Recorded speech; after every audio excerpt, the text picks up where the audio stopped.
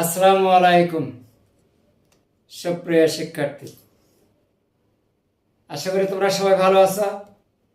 আমিও ভালো আছি। আমি রমজান স্যার আজকে তোমাদের সামনে এসেছি একাদশ ও দ্বাদশ শ্রেণীর গণিত প্রথম পত্রের ভেক্টর নিয়ে একটি ইম্পর্টেন্ট গুরুত্বপূর্ণ প্রশ্নের আলোচনা নিয়ে। এবং শুধু তাই নয়, শর্টকাট পদ্ধতিতে কিভাবে আমরা মান বের করব সেই পদ্ধতি আমি আজকে তোমাদের সামনে দেখানোর চেষ্টা করব। যদি তোমরা ভিডিওটি শুরু থেকে শেষ পর্যন্ত দেখো তাহলে তোমরা খুব সহজভাবে বুঝতে পারবে, কোনো প্রকার অসুবিধা হবে না। ঠিক আছে? আর ভিডিওটা যদি ভালোভাবে বুঝতে চাও অবশ্যই আমার সাথে থাকতে হবে। তাহলে চলুন আমরা দেরি না করে কিসের শর্টকাট পদ্ধতি অবশ্যই জানতে পারবে, কোনো অসুবিধা নাই। শর্টকাট পদ্ধতিতে সূত্রটা হচ্ছে সূত্র SHORT, শর্টকাট CUT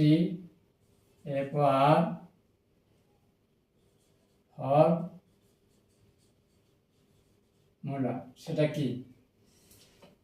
যদি A ইকুয়াল কত A1 I plus B1 J plus C1 K এবং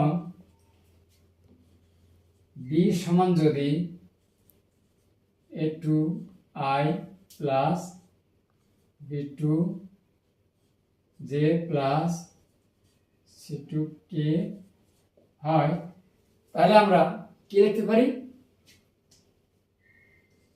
A1 by A2 equal B1 by B2 C1 by C2। এইটুকু জানতে হবে তোমাদেরকে।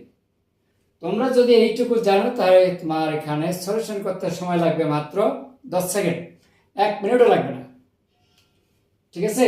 যদি তোমরা তাহলে এখন এই যে এখানে এ দেখছো, তাহলে এ বলতে আমরা এখানে কি লিখবো? এই অংশটা কিন্তু এর কাজ করবে আর এই অংশটা কিন্তু বির কাজ করবে। ঠিক আছে? তাহলে আমরা এখন এই সূত্রটা যদি অ্যাপ্লাই করি খুব সহজভাবে হয়ে যাবে। তাহলে অতএব এখানে বলা আছে আলফা এর মান কত হলে এত এবং এত ভেক্টর দ্বয় পরস্পর সমান্তরাল হবে, আমরা এখন বের করব।